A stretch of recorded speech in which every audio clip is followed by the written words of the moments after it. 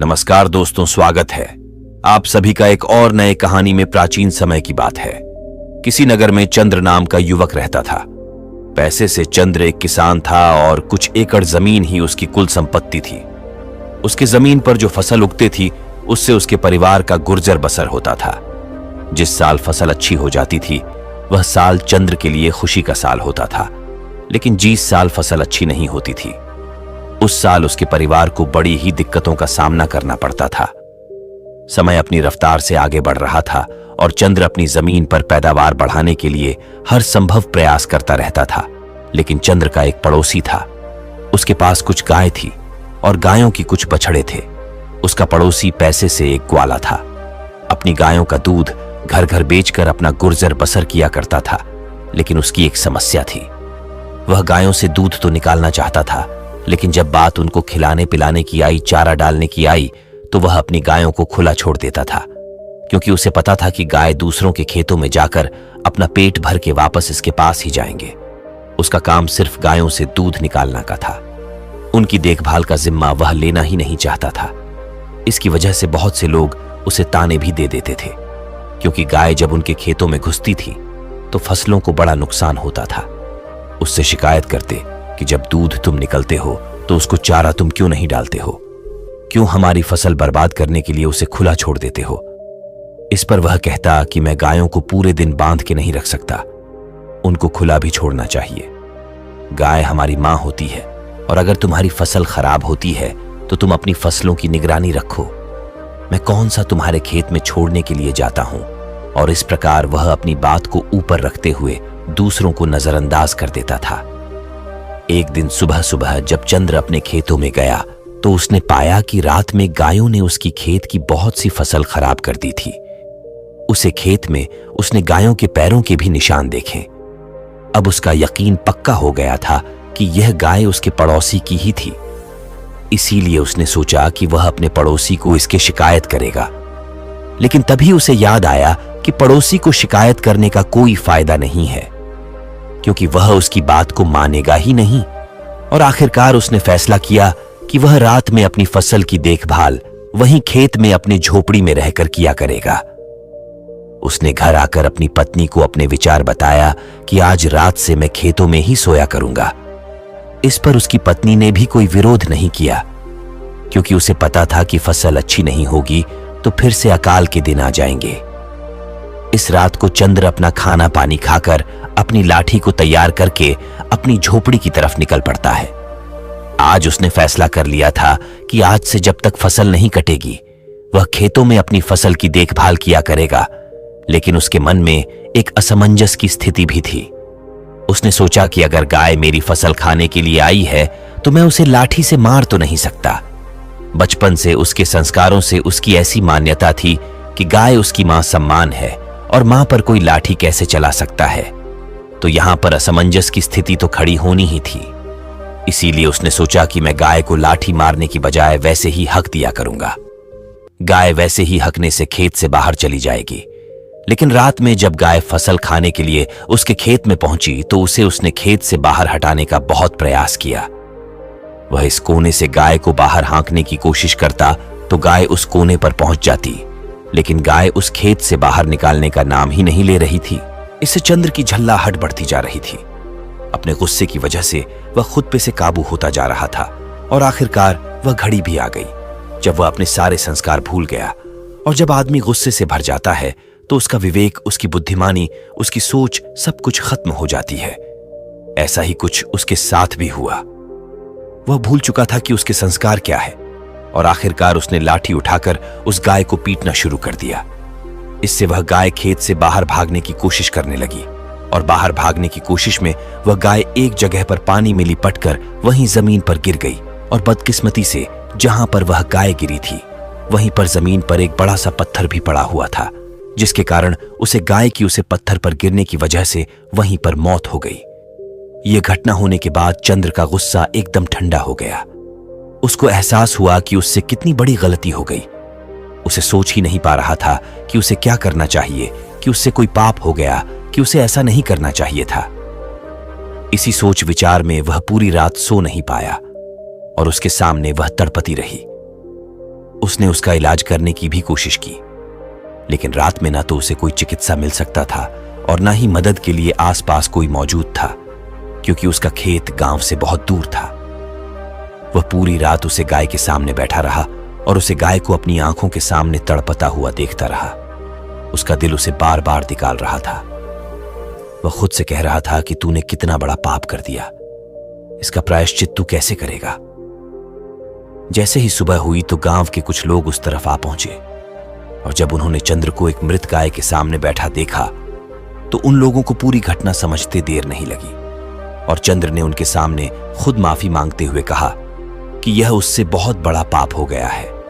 इसके बाद गांव में एक पंचायत रखी गई और जीस गवाली की वो गे थी, यानी कि चंद्र के पड़ोसी। उसने पंचायत से न्याय की मांग की। यहां पर पंचायत को फैसला करने में कुछ ज्यादा तकलीफ नहीं हुई, क्योंकि चंद्र खुद यहां पर अपने आप को दोषी मानकर बैठा हुआ था। पंचायत में फैसला सुनाया कि जब तक चंद्र अपने इस पाप को धो नहीं लेता तब तक वह इस गांव में वापस नहीं आ सकता।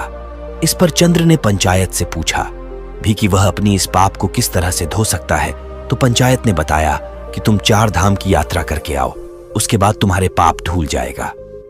लेकिन अब भी चंद्र की आंखों के सामने गाय का वह तड़पता हुआ चेहरा घूम रहा था, और उसे लग रहा था कि 4 धाम जाने के बाद उसका यह पाप किस तरह धुल जाएगा।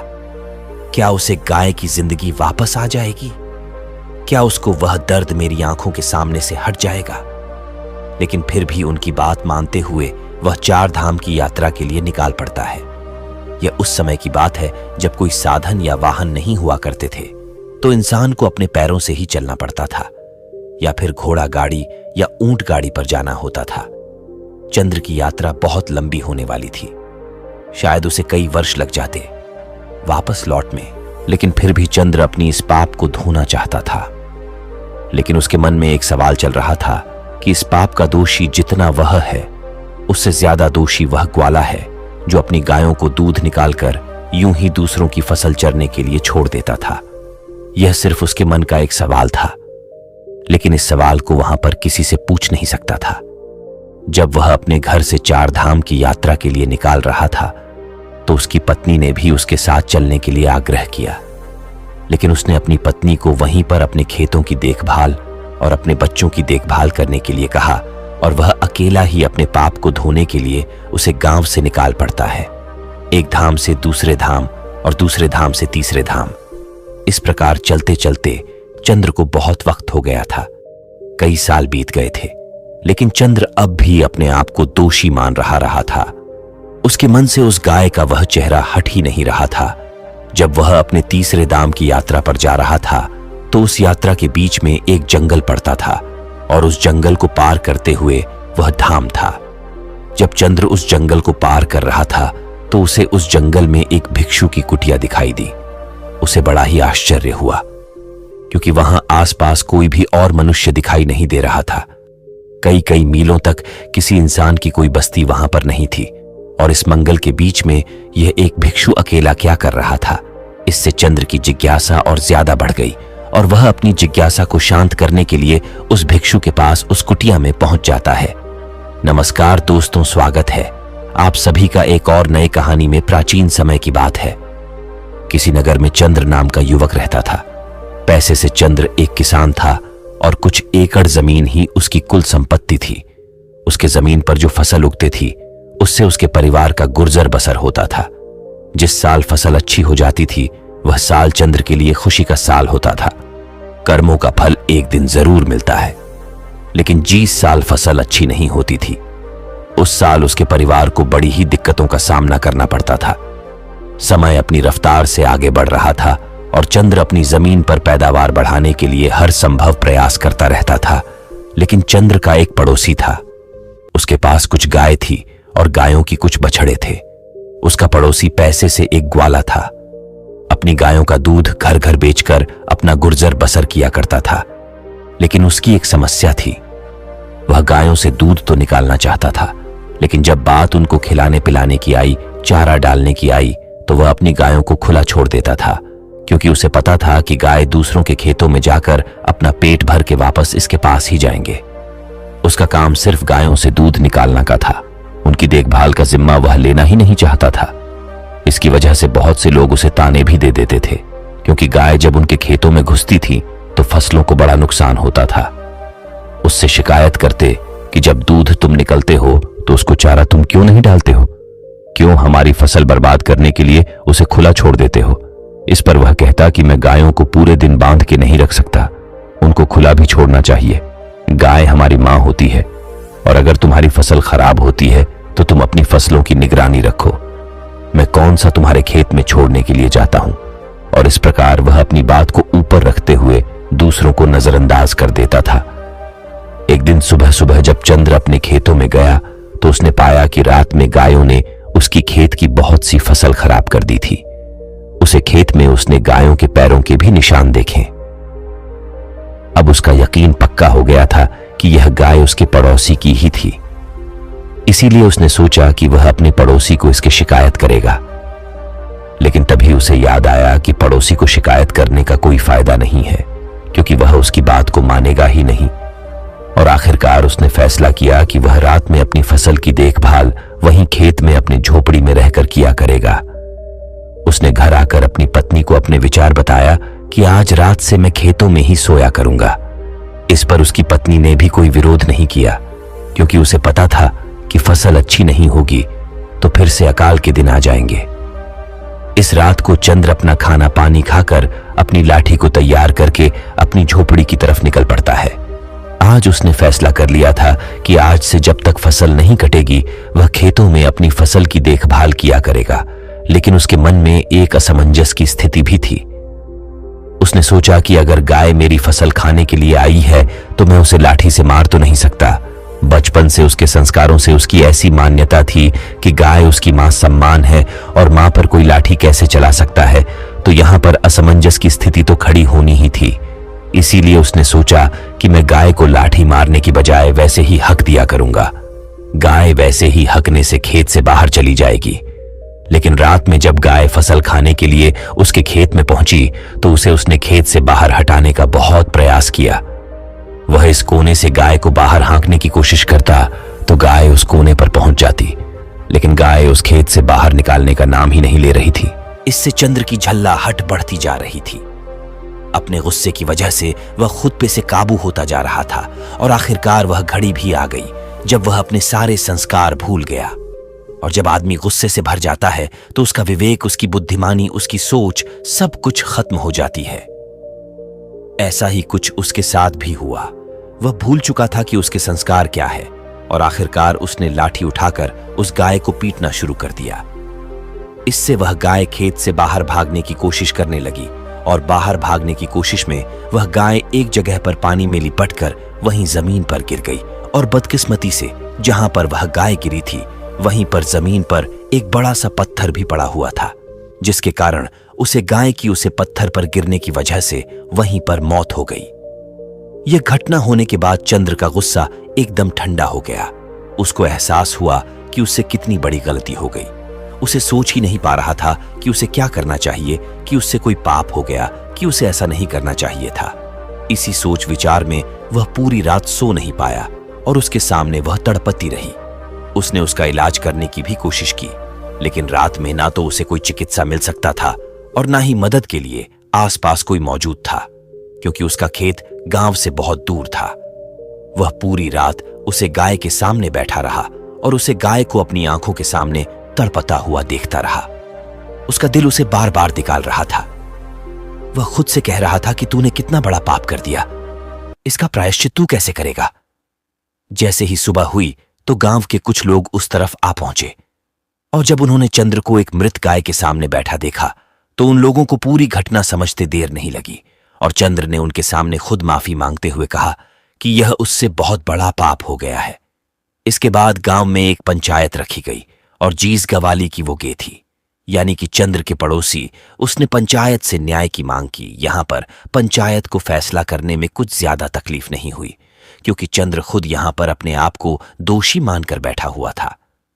पंचायत में फैसला सुनाया कि जब तक चंद्र अपने इस पाप को धो नहीं लेता तब तक वह इस गांव में वापस नहीं आ सकता। इस पर चंद्र ने पंचायत से पूछा भी कि वह अपनी इस पाप को किस तरह से धो सकता है। तो पंचायत ने बताया कि तुम 4 धाम की यात्रा करके आओ, उसके बाद तुम्हारे पाप धुल जाएगा। लेकिन अब भी चंद्र की आंखों के सामने गाय का वह तड़पता हुआ चेहरा घूम रहा था और उसे लग रहा था कि 4 धाम जाने के बाद उसका यह पाप किस तरह धुल जाएगा। क्या उसे गाय की जिंदगी वापस आ जाएगी? क्या उसको वह दर्द मेरी आंखों के सामने से हट जाएगा? लेकिन फिर भी उनकी बात मानते हुए वह 4 धाम की यात्रा के लिए निकाल पड़ता है।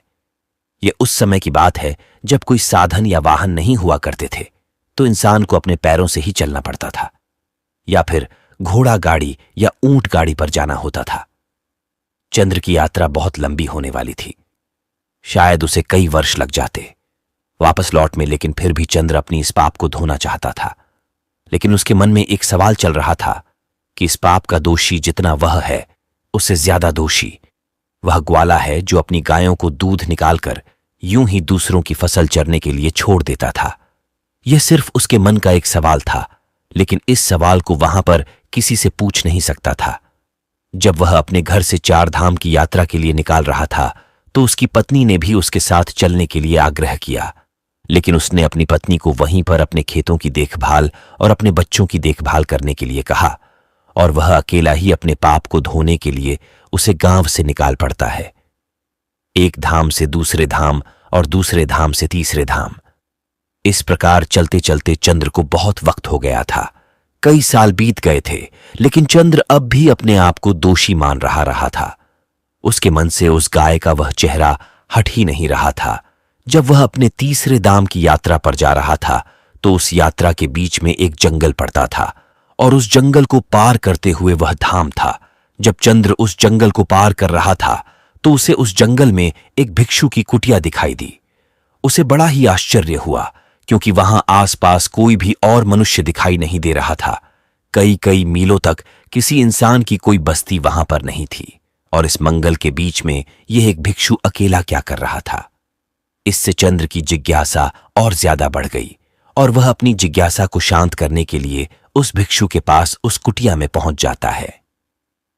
नमस्कार दोस्तों, स्वागत है आप सभी का एक और नए कहानी में। प्राचीन समय की बात है। किसी नगर में चंद्र नाम का युवक रहता था। पैसे से चंद्र एक किसान था और कुछ एकड़ जमीन ही उसकी कुल संपत्ति थी। उसके जमीन पर जो फसल उगती थी, उससे उसके परिवार का गुर्जर बसर होता था। जिस साल फसल अच्छी हो जाती थी, वह साल चंद्र के लिए खुशी का साल होता था। कर्मों का फल एक दिन जरूर मिलता है।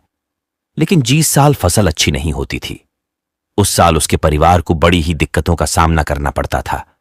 समय अपनी रफ्तार से आगे बढ़ रहा था और चंद्र अपनी जमीन पर पैदावार बढ़ाने के लिए हर संभव प्रयास करता रहता था। लेकिन चंद्र का एक पड़ोसी था। उसके पास कुछ गाय थी और गायों की कुछ बछड़े थे। उसका पड़ोसी पैसे से एक ग्वाला था। अपनी गायों का दूध घर घर बेचकर अपना गुर्जर बसर किया करता था। लेकिन उसकी एक समस्या थी।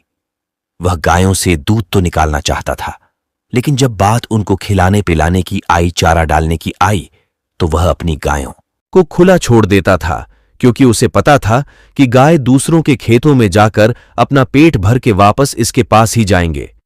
उसका काम सिर्फ गायों से दूध निकालना का था। उनकी देखभाल का जिम्मा वह लेना ही नहीं चाहता था। इसकी वजह से बहुत से लोग उसे ताने भी दे देते थे, क्योंकि गाय जब उनके खेतों में घुसती थी तो फसलों को बड़ा नुकसान होता था।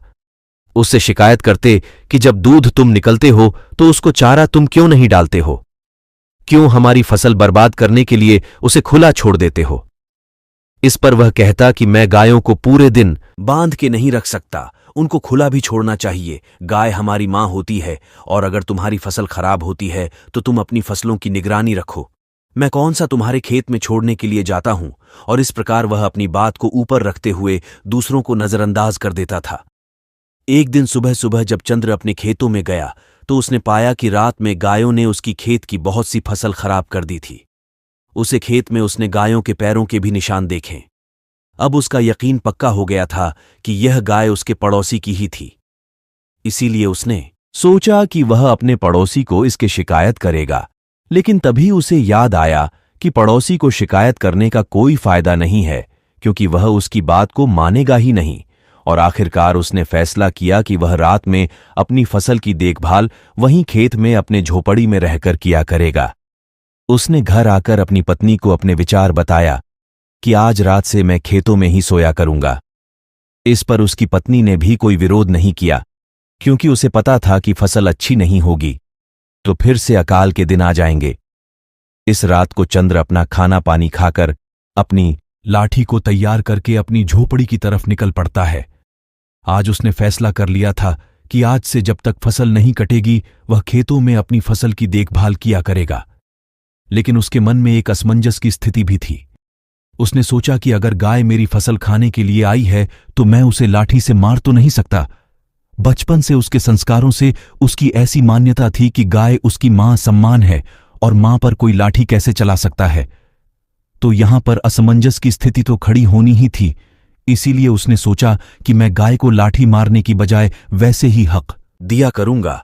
गाय वैसे ही हकने से खेत से बाहर चली जाएगी। लेकिन रात में जब गाय फसल खाने के लिए उसके खेत में पहुंची तो उसने खेत से बाहर हटाने का बहुत प्रयास किया। वह इस कोने से गाय को बाहर हाँकने की कोशिश करता तो गाय उस कोने पर पहुंच जाती, लेकिन गाय उस खेत से बाहर निकालने का नाम ही नहीं ले रही थी। इससे चंद्र की झल्लाहट बढ़ती जा रही थी। अपने गुस्से की वजह से वह खुद पे से काबू होता जा रहा था और आखिरकार वह घड़ी भी आ गई जब वह अपने सारे संस्कार भूल गया। और जब आदमी गुस्से से भर जाता है तो उसका विवेक, उसकी बुद्धिमानी, उसकी सोच सब कुछ खत्म हो जाती है। ऐसा ही कुछ उसके साथ भी हुआ। वह भूल चुका था कि उसके संस्कार क्या है और आखिरकार उसने लाठी उठाकर उस गाय को पीटना शुरू कर दिया। इससे वह गाय खेत से बाहर भागने की कोशिश करने लगी और बाहर भागने की कोशिश में वह गाय एक जगह पर पानी में ली, पटकर वहीं जमीन पर गिर गई। और बदकिस्मती से जहां पर वह गाय गिरी थी वहीं पर जमीन पर एक बड़ा सा पत्थर भी पड़ा हुआ था, जिसके कारण उसे गाय की उसे पत्थर पर गिरने की वजह से वहीं पर मौत हो गई। यह घटना होने के बाद चंद्र का गुस्सा एकदम ठंडा हो गया। उसको एहसास हुआ कि उससे कितनी बड़ी गलती हो गई। उसे सोच ही नहीं पा रहा था कि उसे क्या करना चाहिए, कि उसे कोई पाप हो गया, कि उसे ऐसा नहीं करना चाहिए था। इसी सोच विचार में वह पूरी रात सो नहीं पाया और उसके सामने वह तड़पती रही। उसने उसका इलाज करने की भी कोशिश की, लेकिन रात में ना तो उसे कोई चिकित्सा मिल सकता था और ना ही मदद के लिए आसपास कोई मौजूद था, क्योंकि उसका खेत गांव से बहुत दूर था। वह पूरी रात उसे गाय के सामने बैठा रहा और उसे गाय को अपनी आंखों के अपने इस पाप को धो नहीं लेता तब तक वह इस गांव में वापस नहीं आ सकता। इस पर चंद्र ने पंचायत से पूछा भी कि वह अपनी इस पाप को किस तरह से धो सकता है। तो पंचायत ने बताया कि तुम 4 धाम की यात्रा करके आओ, उसके बाद तुम्हारे पाप धुल जाएगा।